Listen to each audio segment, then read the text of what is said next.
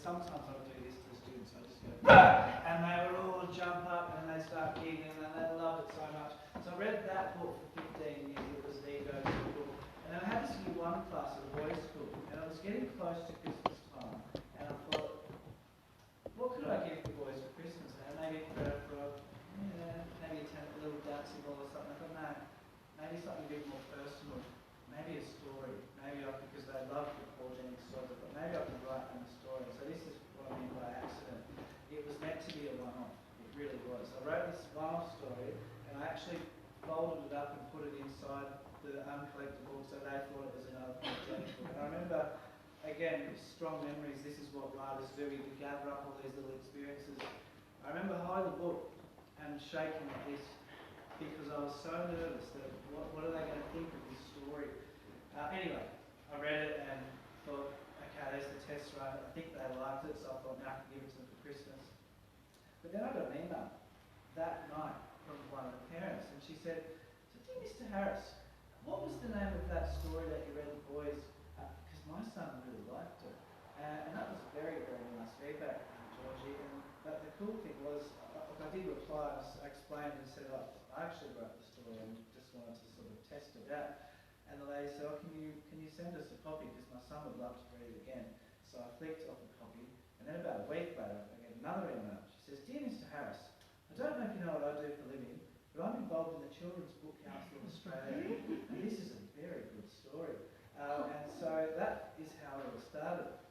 What was meant to be a one-off ended up turning into that lady. Her name was Rachel Greenwood, and she had a Masters of Children's Literature and was heavily, she's not involved in the CBCA anymore. She would come in after school and she'd say to her son, she'd be like, right, Philip, go sit over there and do your homework. And we had this big smartboard in the room, and she'd say, right, Tim, show us your latest story. And I'd project it up, and she'd stand at the front, beautiful, lovely idea, great sentence structure. No, this is telling what's going on. And she sort of critiqued it. And then after a little while, she said to me, she said, you're enough stories to probably look at publishing now. And she said, why don't you give self-publishing a go? And so I did. Self-published 4 books as a result of her encouragement. And that started you on your journey, and we'll chat about that in a minute. So how long did it take you to become an overnight success? Yeah, I love the wording of that question. Years. Yes. So self-published for about 3 years, self-published 4 books, and those formats changed. So initially, the very first self-published book was Exploding Endings 1 and 2. It was joined together, and then there were typos all over the place, and so I thought we better get some editing here. So I did. Have any of you used online editing services, sort of source your own editors?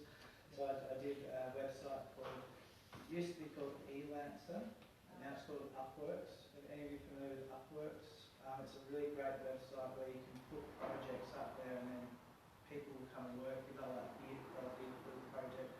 So I've got an American editor to help with it. We split Exploding Endings 1 and 2 into 2 separate books, brand new covers again, and then 3 and 4 come out of that. That whole process was about 3 years.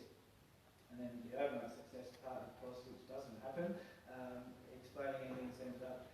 The funny thing is, I sent it, my dream publisher was Penguin Random House. I thought, that's the dream. So I sent it to them first, didn't hear anything. So then I was surfing Facebook, and my stepmom had shared Di Morrissey had done a picture book with Harbour Publishing, based on the south coast in Ulladulla. And I looked at their website and thought, gee, they look like nice people. They look like the sort of, nice small independent label, independent publishing company who perhaps would be good to work with. So I sent it off to them.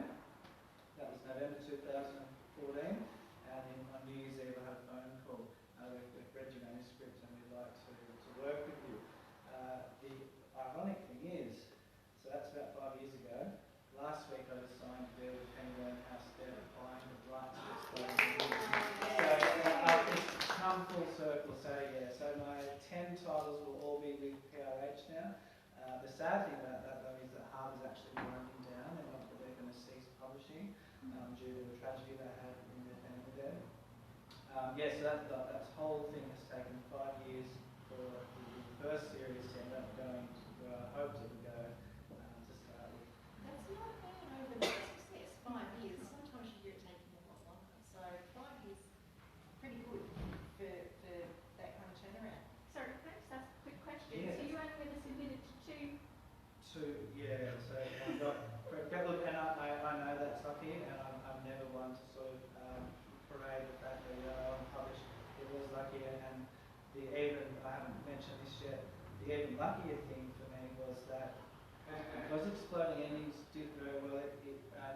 with a small publisher. I think we're up to about 40,000 copies now.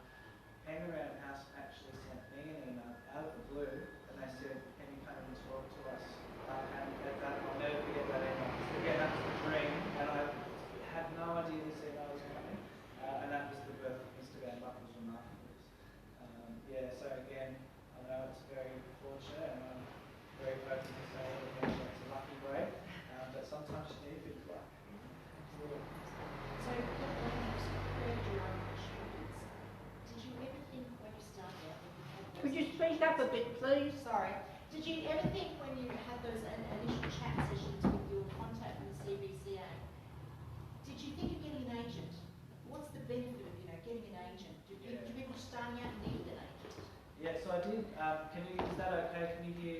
So I did look into getting an agent initially, so I did some research into some of the agencies, but I had a little bit of a mentor. Do some of you know Jacqueline Harvey, who writes the Alice Miranda series? So she sort of took me under her wing and was someone who I could go to for advice. So I met her when she visited the school I was working at to do a book talk, and we started talking. I said to her, "Hey, do you have an agent?"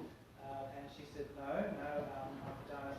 My husband sort of helped me with the contract, so we've done it all ourselves, because I did the Exploding Endings one by myself as well.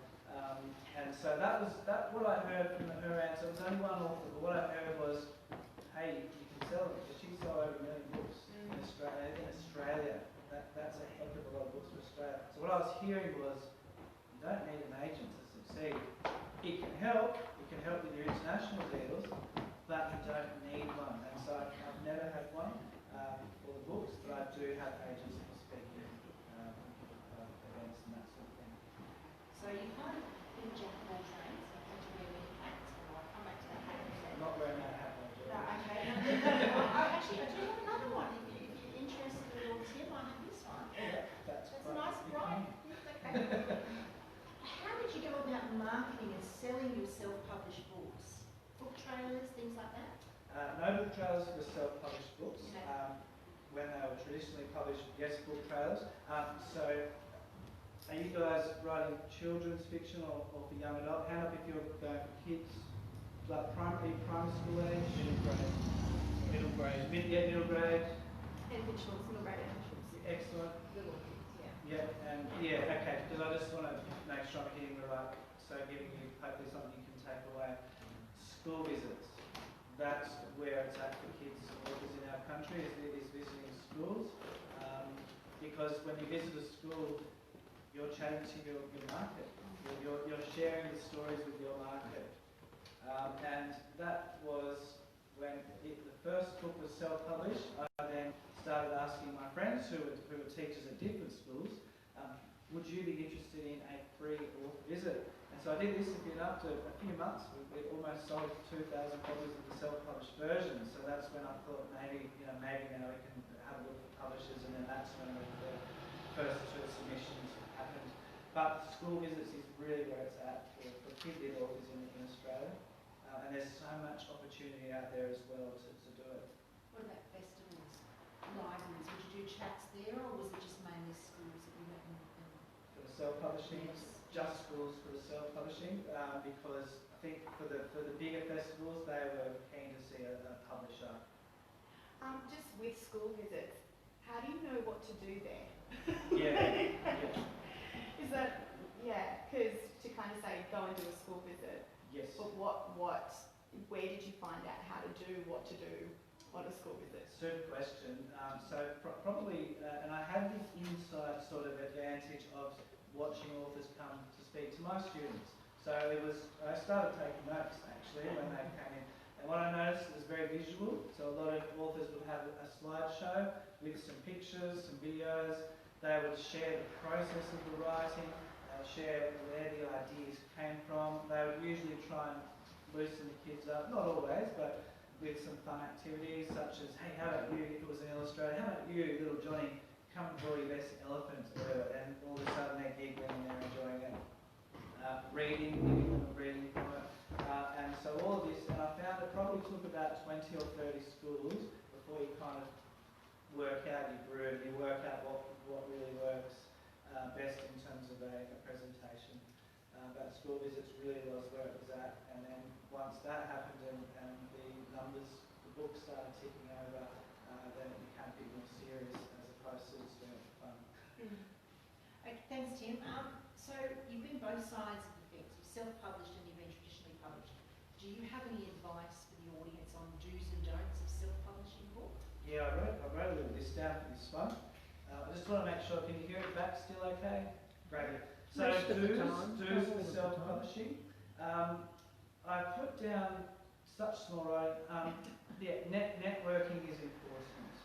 So if you are self-publishing, it's try and forge some relationships, and healthy relationships that might get a foot in the door at a school, might introduce you to someone who can assess your manuscript, maybe someone who is an agent looking to take on your manuscripts. And the only way you can meet those people is by networking. So there are lots of good, because I should ask this to you, Georgie. There are Australia has lots of these excellent events for emerging and aspiring writers where you can go and get your, so do you want to maybe share a couple of the standout ones that you know where you can get your manuscript assessed but network during the coffee breaks? Oh, okay. Well, I've just been involved with the children's side of things, so I organised a couple of children's writers' festivals with Creative Kids Towers, and we always have, you have to plan, so you have to have decent content, you have to have networking opportunities, and you also have to have accessibility to publishers. So in the breaks as well as manuscript assessments or a pitch session at the end of the day. I think that's, you kind of need to cram all that into one day, and then you do the surveys afterwards and you ask what people want. A lot of people want more networking time, which is great, but in my opinion, why would you pay to go to a festival just to network? Do that online, get involved in forums and groups online, listen to the people who've been published, who've got the stories to tell, take advantage of the break times and network, get yourself in front of a publisher. I always sit in the front row at festivals because you find the people on stage might be a little bit apprehensive about talking to big audiences. They'll find someone to target where they can keep looking at that person's smiling back, then during the break time you can say, hi, I was the person who was smiling at each other, and then I look for something in common. Marianne Valentine from Black Dog Books, her daughter's name is Georgina. So we've formed a bit of a friendship over that. So you look for key things and you make that connection. So that helps you with the networking as well. Yeah, That's fascinating. that's good. Good feedback. If you're in a position to network and you do start to form the relationships, I've got down as a do, having a mentor. So as Jacqueline Harvey helped me as someone who had sort of been through, except that she didn't do the self-publishing, but she had a lot of industry know-how. So look, so there's another one, I won't give names or anything, but I've been mentoring an author in Sydney who he's up to his second book now. But I just figure it swings and roundabouts in terms of where you sort of when your time is or whatever. So I'm really happy to help this guy out because I appreciate so much what other people have done for me over the past as well. So I put down, if you can, a mentor is super. Not just to look at the manuscript, but also to tell you things that you might not know about the industry. I put down for a do here, editing. I think editing for a self-published author is super important, and sometimes it's not worth asking a friend to do it for you. And that's what happened with my very first self-published book. And this was a high school English teacher, lovely friend, very clever lady, but she wasn't an editor. She was a high school English teacher. So then it went to the next phase where I actually hired an editor in America to do a proper job on the book. So editing, very, very important.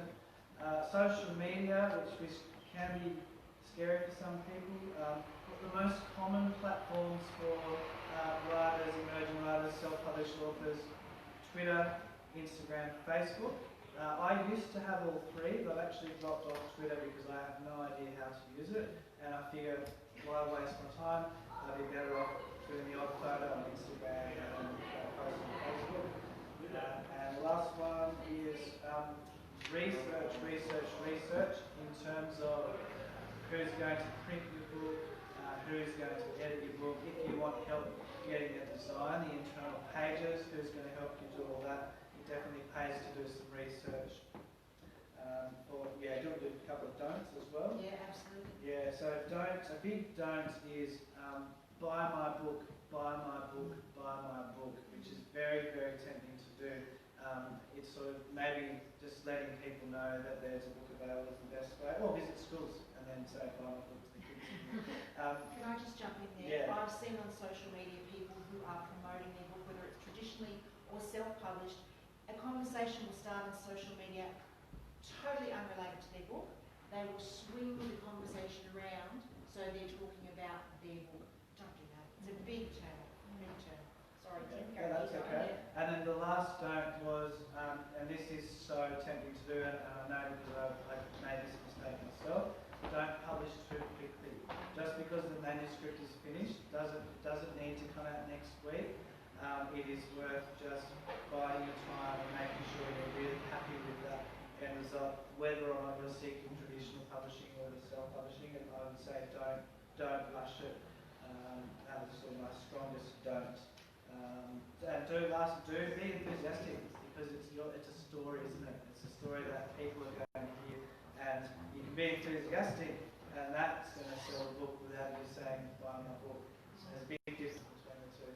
And as Jackie Harvey actually said to me when I had my first book come out, she said, now the hard work begins. And it's true, it does. Now you've got that book out there, now you have to start.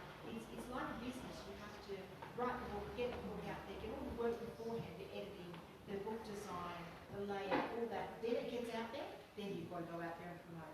Talk to schools, do the social networking thing. You do have to be a jack of all trades and run the whole business. So with self-publishing your books, that did help you get to people around, would you say? Would you say it was an advantage? Yes, it was an advantage because it got a bit of a track record going. I think it showed them that I was keen, and that's an important thing. So these days, if you are interested, is anyone here like approaching publishers at the moment? Okay. What they want to see is that you're out there. The traditional publishers, it's changed. 30 years ago, a traditional publisher, they would pretty much do all the legwork for you. And that romantic idea of being a stay-at-home writer was, I suppose, a bit more true.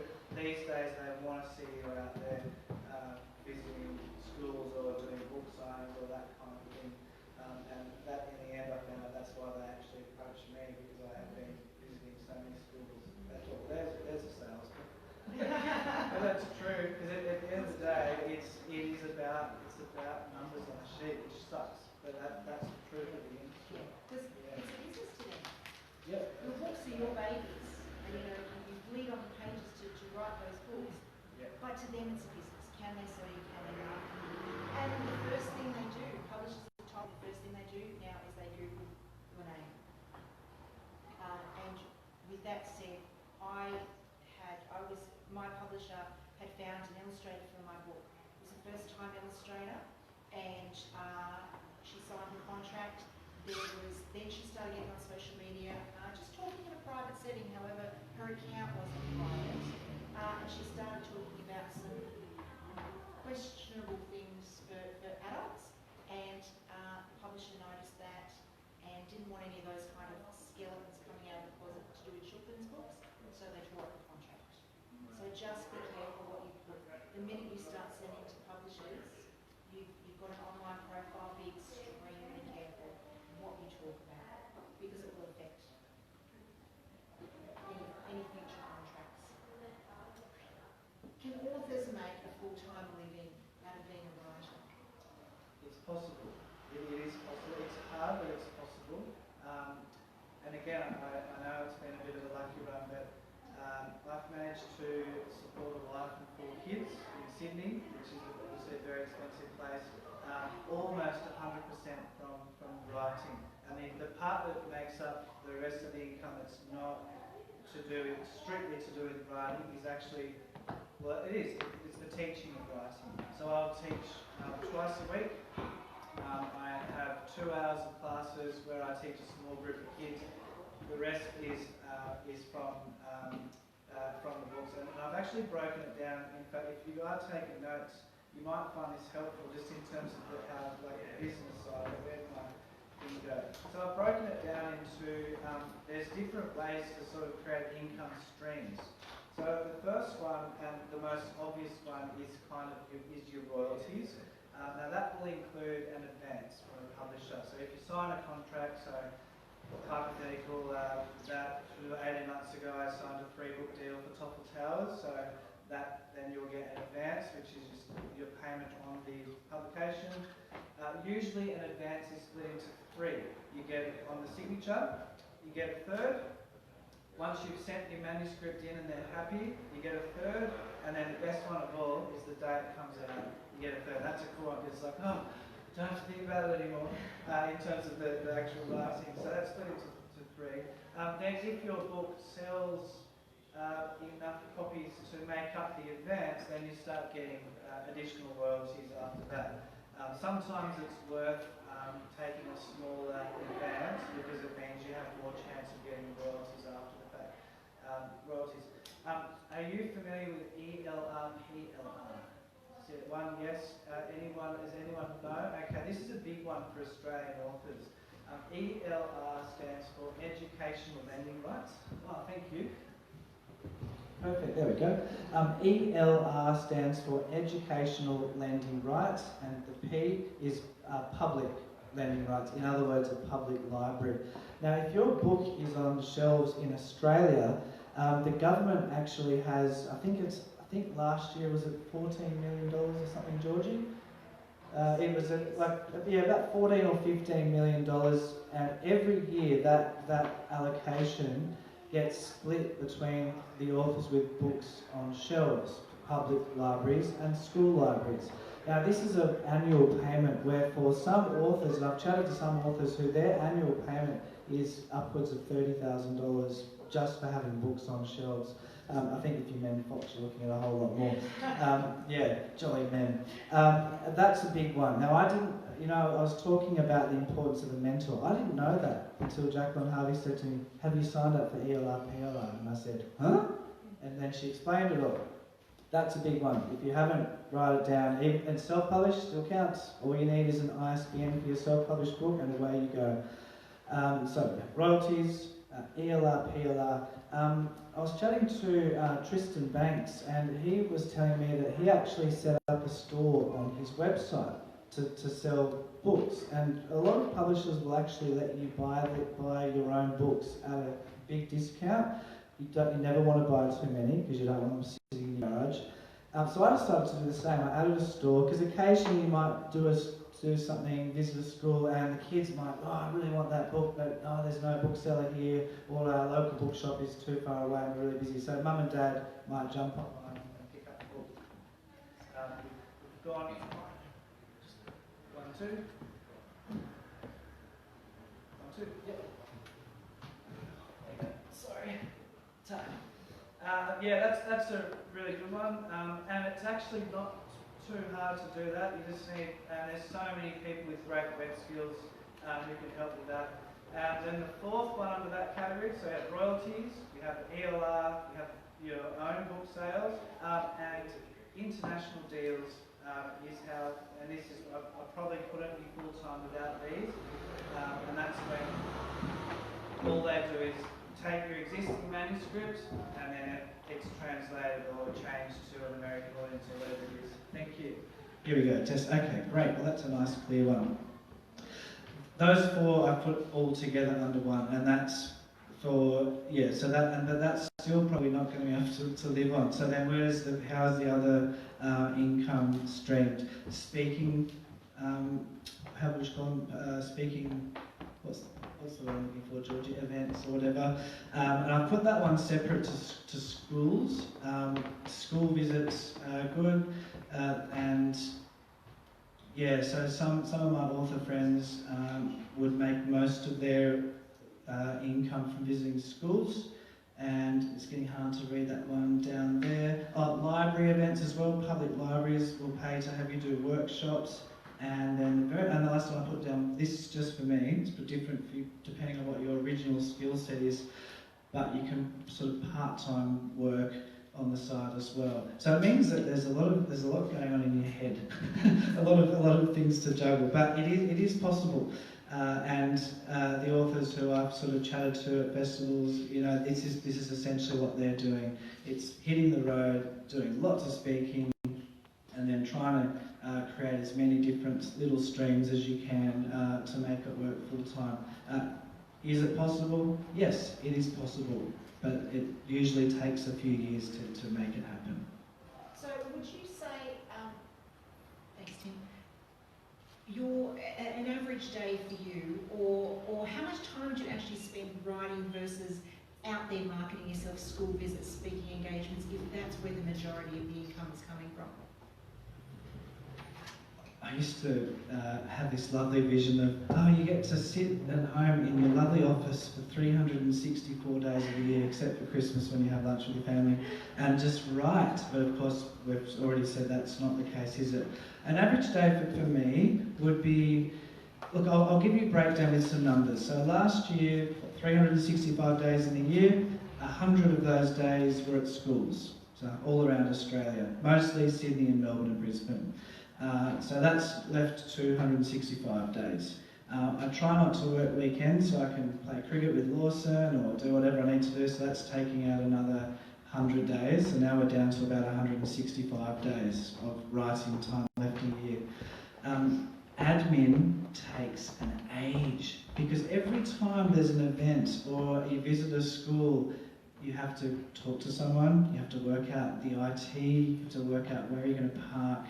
This takes a lot of time. So each day, a usual day for me is 2 to 3 hours of just that. So my wife's going to start doing it for me because it's getting a bit busy now.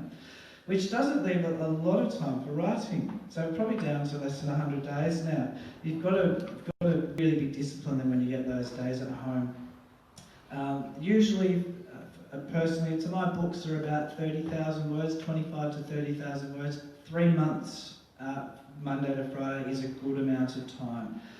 Last year I was under the pump. At one stage I had 46 consecutive school days at schools without a break, and during that time I also had some night commitments. And what that meant was I had 9 days remaining to write a book. So I finished TOEFL Tales number 3, 30,000 words in 9 days, and do you think I paid for it with the edits? Massive mistake. I'm never going to do that again, so I'm going to actually start writing in hotel rooms. Writing. So a typical day, there's no typical day, Georgie. You've got to make it work when you can. So, listening to you say that with the 46 consecutive days and the 9 days to cram in writing a book, I was going to ask you, is there anything in the creative process that you don't like? Well, that answers that question, doesn't it? Editing, yeah. And look, it's the devil you have to sort of take on, isn't it, with the editing, but gee, the results are worth it. So the edit for TOEFL Tales 3, it genuinely knocked my confidence around to the point where I was on tour with Penguin Random House. I think there were 6 of us, 6 authors on the bus, Jacqueline Harvey, Belinda Morell, George Ivanoff, Felice Arena, and they said, Tim, you're not your usual sort of person, what's wrong? And I said, I've been smashed with this edit, I just can't write anymore. This is book number 11, I just can't do it anymore. But they all said, every single one of them said to me, happens to all of us, don't worry about it. The editors know how to make your story so much better, they're the fresh eyes, just do it, it's going to be hard, and look, in the end it did get there, and I'm so proud of that book. It's turned out really well, and I can't wait for it to be released in August. But it took about 3 months to edit those 9 days of power writing. I was going to ask you, when writing a series, how do you keep things fresh for your readers? But I think you kind of just covered that question.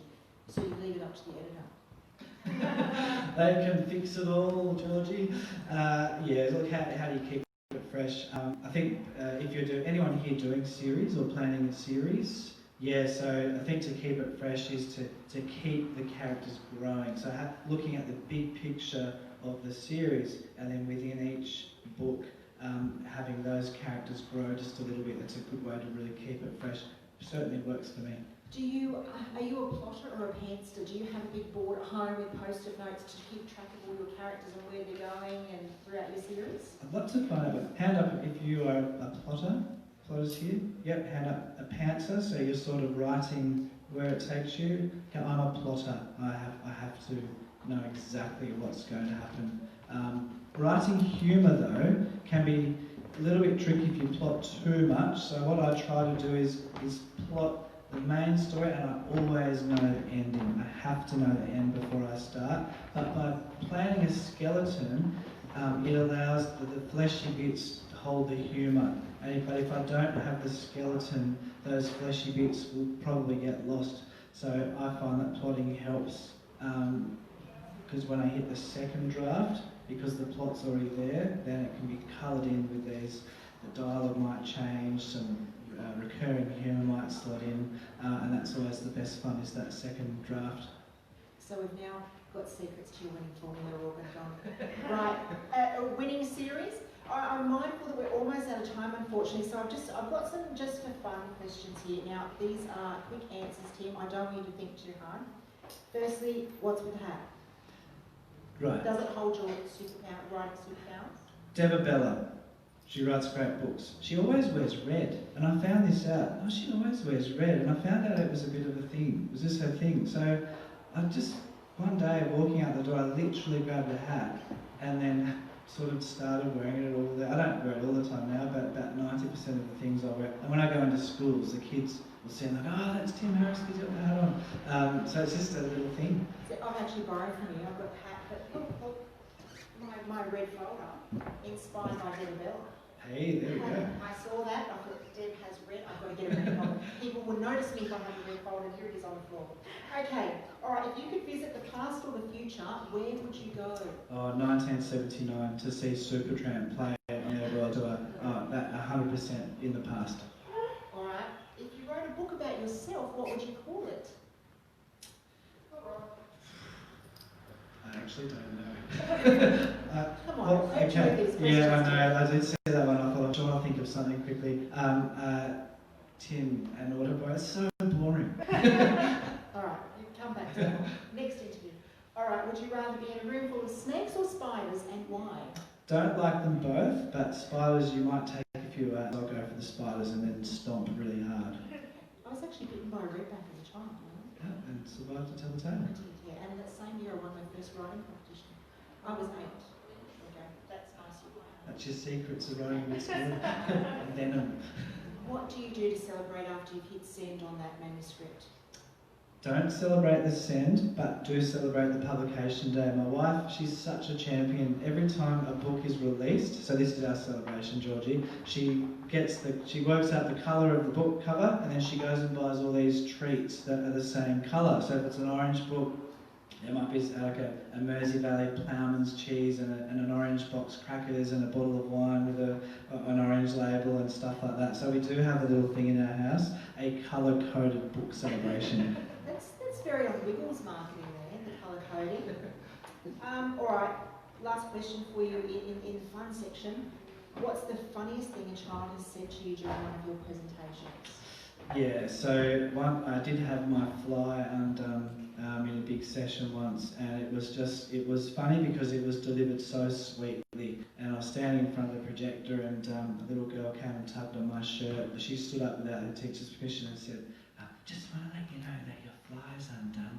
And it was so sweet, and then it was so humiliating at the same time. So it was funny in hindsight, but gee, I was embarrassed.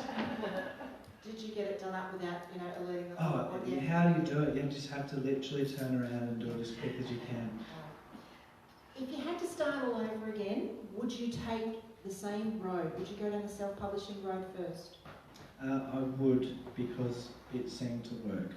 And also it was a great experience. It was an experience of telling a story and trying to make that story come to life as good as possible.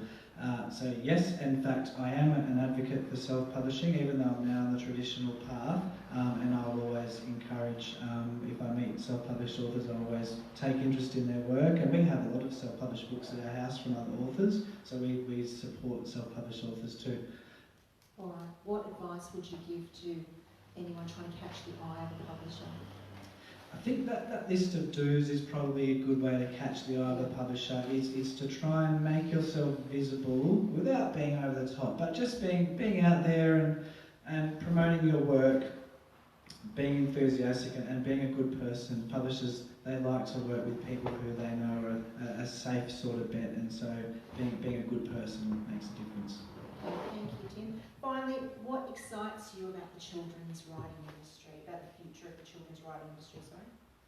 Well, a lot of bookstores are saying that their children's section is propping up their bricks and mortar trade. So it's exciting that children's books, I don't know the stats, but I'm pretty sure last year children's books did grow, the sales did grow, and I think that's been the case for a few years, and that's exciting because children are reading books, and we were worried about 10 years ago, weren't we, e-books, but it hasn't happened, and so that's a good thing.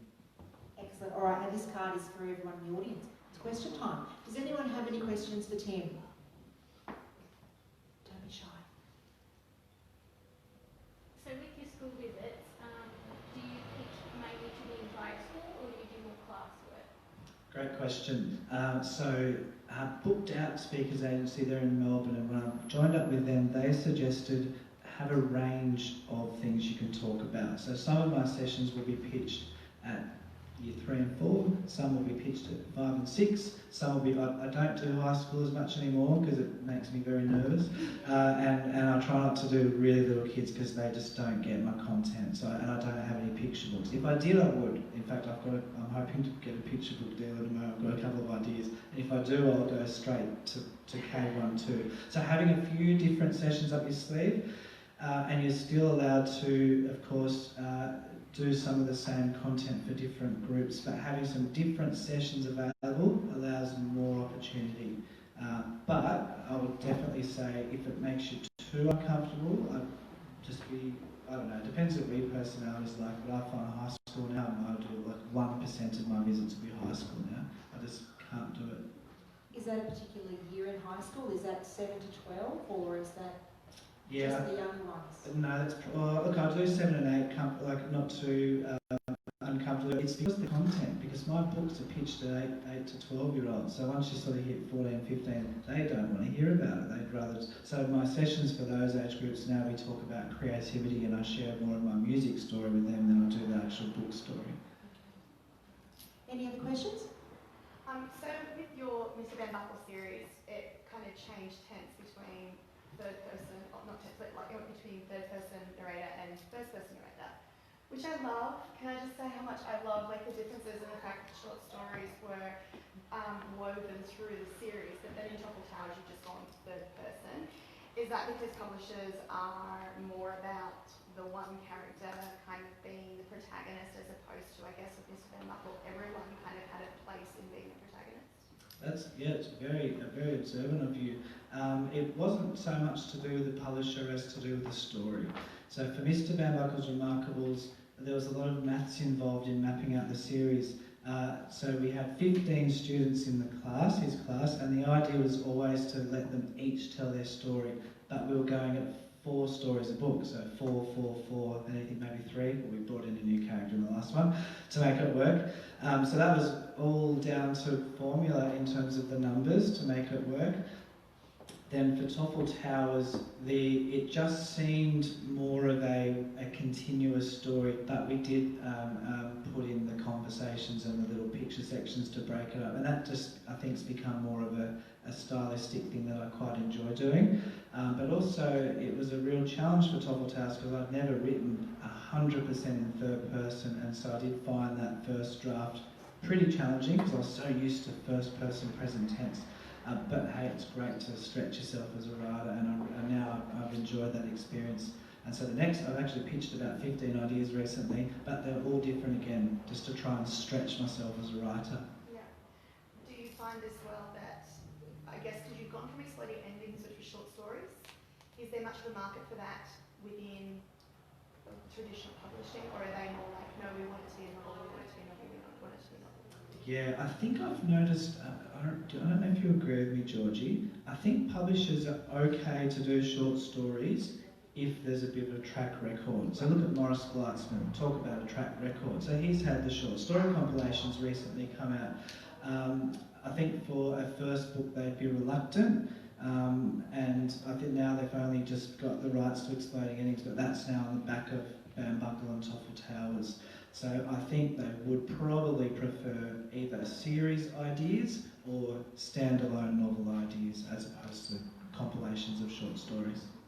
I like publishing short stories. The anthologies that I've done have got filled with short stories and illustrations to go in them. I find that they sell quite well, but however, I'm not a mainstream publisher, and that's just to help other emerging authors out there and illustrators get published. It is a funny thing because school teachers often say to me that they prefer reading the Exploding Endings series because it is short stories. So there is a market there, but publishers, I think, in terms of a bookshelf, prefer the series or the longer novel. You just got to find that market where it Yeah. can fit into. Any other questions? Can I just ask with your plotting and how you both said how you write differently? I found I just used to write, and then we also went to a Justin Harvey talk, and she talked about how she plots. Did you get a lot of your plotting from her, or you're already doing that? I think just naturally fell into that because otherwise I wasn't a confident writer. I think I just needed a bit of a framework to know where I was going. And even with the short stories, I would plot them chapter by chapter by chapter and have a little goal for each chapter with the end in mind. But hey, So are you finding you're spending just as much time plotting as you actually are writing? yeah, no, plotting, for me personally, it's usually a fairly quick thing. I can plot a whole book in a couple of hours now, but that's just the rough skeleton, and of course, weeks and weeks to write it. Yeah, Tim, you've got a lot more content to your books. I've only done picture books. I've written. My voice is going right time. A chapter book, but nothing's come of it because there's a lot of work that needs to be done. I have sort of plotted that out a little bit, but writing a picture book, even though it's less words, it's a lot less plotting for me. Well, I don't plot. I just sit down and write. I never know how it's going to end until it ends, and when I get to it, oh, okay, that's how it's going to end. That's cool though, because I was chatting to Andrew Dallo up at Queensland earlier this week, and he's exactly the same. And he said he usually gets this bit of a tingle where there's this wave of, that's how it ends. And he says he figures if he experiences that awakening of the story, then he hopes the reader will as well. And I think it's just different for everyone. And I think the thing is to find what works for you, because we all approach writing differently.